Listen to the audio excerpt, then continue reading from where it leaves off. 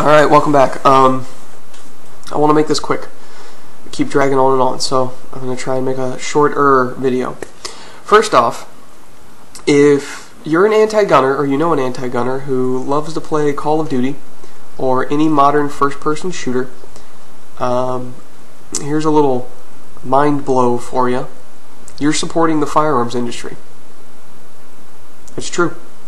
There's the video on the PBS Idea channel that breaks down how if you're buying a game that has a realistic depiction of a firearm that is currently produced by a manufacturer, the game developers and the company that make the game have to pay the company that makes the firearm a licensing fee.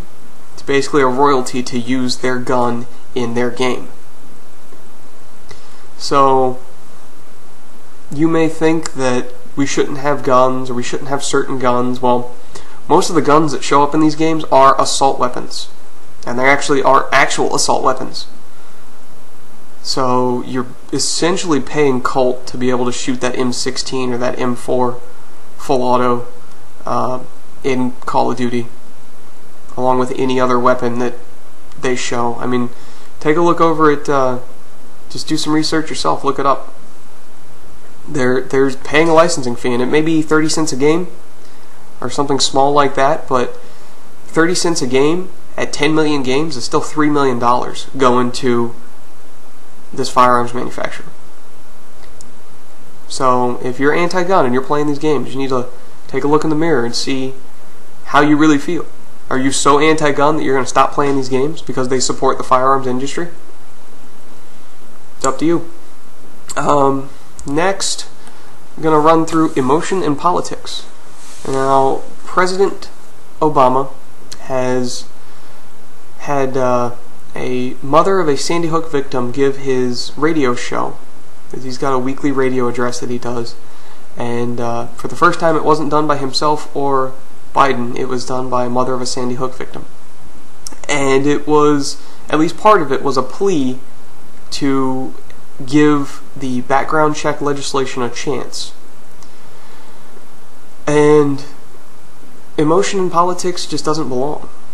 There's a channel called Crucible Arms that I'm also going to link to that shows exactly how effective background checks are going to be. It's a satirical look at what criminals are going to have to do once universal background checks are in place, and then an honest look at what it means for the average everyday law-abiding citizen who doesn't want to become a felon by ignoring these new laws.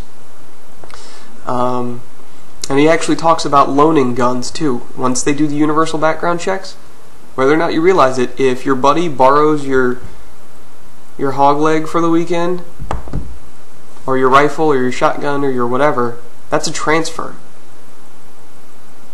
It's just borrowing. He'll give it back to you in 2, 3, 5 days. But that's a transfer of a gun, so you're going to have to go through a background check to make sure he can own that gun. And that's pretty much it. Like I said, any decision made while emotional is not a proper decision to make. If you can give me facts and figures that show that it's a right decision, I'll vote for it.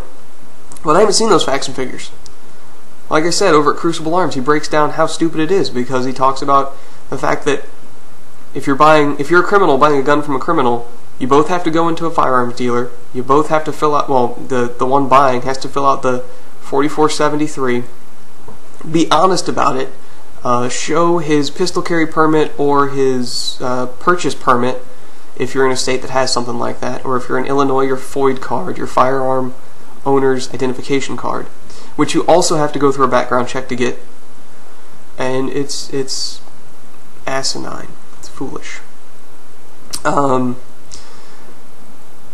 more importantly, it's a matter of public record that they tried to test the NICS background check system with fake IDs, and they passed 100% of the time. So all you really need to do is get a convincing fake ID that's gonna convince the person selling the gun, or the FFL dealer rather, that it's an actual state issued ID, and you'll pass, because it's not a database of everybody in the country. It's just a database of criminals. So again, the background check can be defeated by a simple fake ID. So to the meat of what I want to talk about. Assault weapons. And you may be thinking the assault weapons ban is dead, but depending on who you're watching on this website and who you're listening to, you'll take notice that they always want to bring it back. It may be back in a year, it may be back in 10 years, but it's going to come back. You know, what makes an assault weapon? Well, when you can take the guts of a gun, the thing that makes it fire, and put it into a different stock and suddenly it's an assault weapon, that's a pretty useless definition of an assault weapon. Now, dry throat today.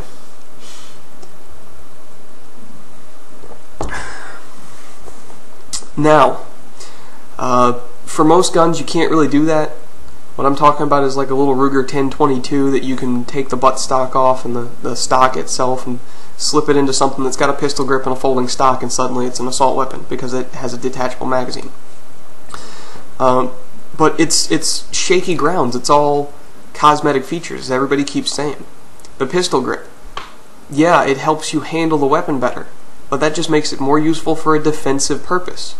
The collapsible butt stock, all that does is make the weapon fit the person better.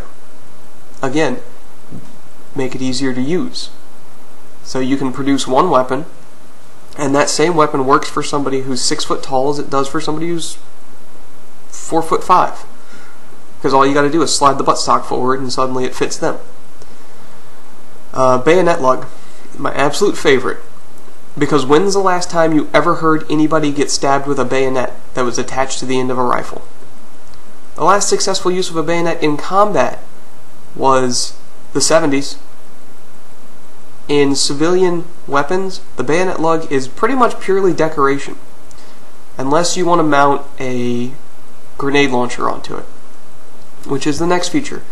Underbarrel grenade launchers and rocket launchers. I've never seen an underbarrel rocket launcher. Maybe I'm just missing out on that one. But the underbarrel grenade launcher. The standard military issue is 40 millimeters. Which means the barrel itself is 40 millimeters wide. The civilian version that looks very close is 37 millimeters, which means you will never ever ever fit a grenade into this the grenade launcher. So the only thing you can fire from these are flares, possibly smoke rounds. And I think they make practice rounds that all they have is a blue plastic thing that gets launched out and busts orange powder everywhere when it hits its target.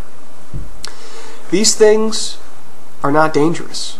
If you want an actual 40 millimeter explosive grenade launcher, you have to pay thousands of dollars for the grenade launcher itself. You have to go through an ATF background check so you can be proven to handle explosives. And then you have to pay the price of each of those grenades plus $200 in taxes just to own them. So it's extremely cost prohibitive. It's like trying to ban machine guns when machine guns are already effectively banned and they cost too much to actually commit a crime with. I saw an AK-47 made in the 70s, 80s.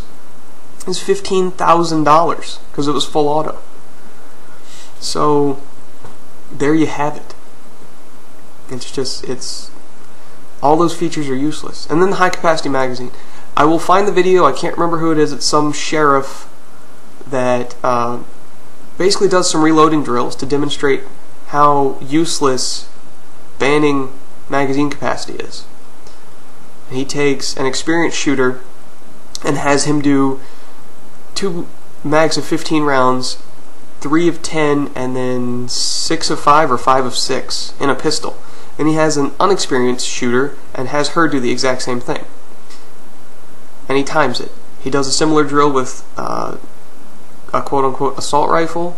He does a tackle scenario where he has somebody about 25 feet away, and then when they hear the last shot and see the person reload, they start running. When the first shot's fired, they freeze. And last but not least, he has our old buddy the revolver, and he demonstrates what he calls a New York reload, in which he shows you can take 5 6-round revolvers, 6-shot revolvers, and fire them off just as quick as anything else, just dropping them after you shoot them. Again, proving anybody who's determined enough and has the means can do what we're trying to prevent them from doing. So the only answer is to arm the other people that might have been victims otherwise. Anyway, and another thing, they seem to be getting these ideas on what should and shouldn't be banned from movies.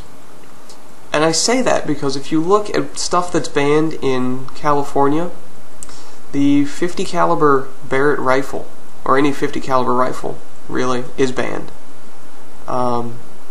This doesn't really make any sense to me, because the only thing I can think that you could do with a 50 cal rifle is really long distance sniper shots.